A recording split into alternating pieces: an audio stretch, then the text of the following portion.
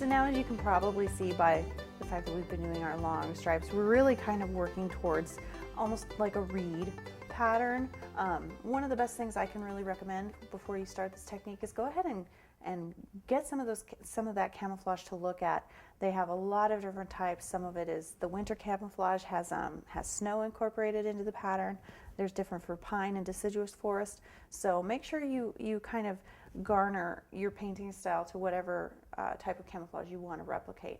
So for some of our final detailing, we're going to really kind of deepen that color in places. So I've picked up my wide brush again, and this is where I'm going to pick up some of that bright orange. I know you were all wondering when that was going to come in.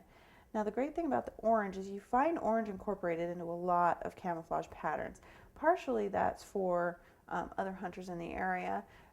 They're not actually incorporating the orange for the animals to see because it's incorporated into the pattern.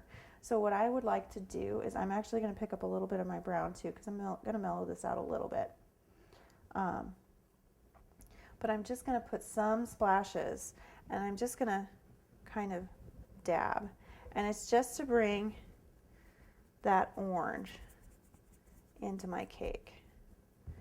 And you can see I'm just putting it in a few places, just kind of pressing down with my brush and using the bristles to kind of create that texture.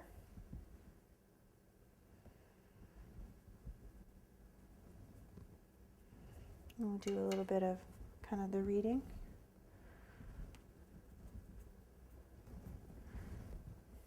And bring it into the top in some places.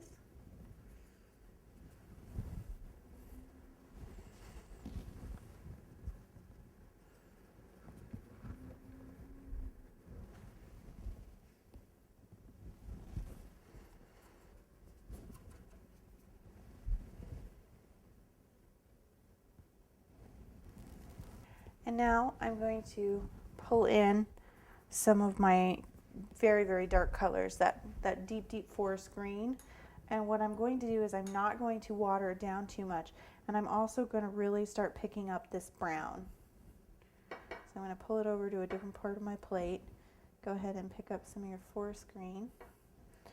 And what I'm going to do is I'm just in very sparse places, I'm just going to add little bits of the very, very dark.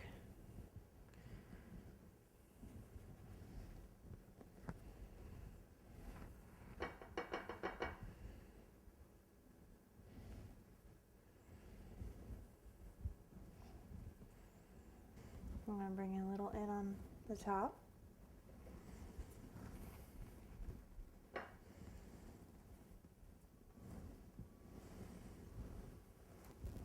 And finally, I'm just going to pick up some of that pure brown.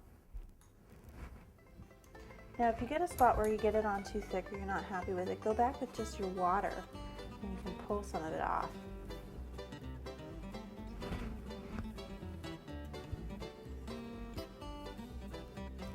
So now that we've finished with our painting, we're going to go ahead and put our borders on and start with our silhouettes.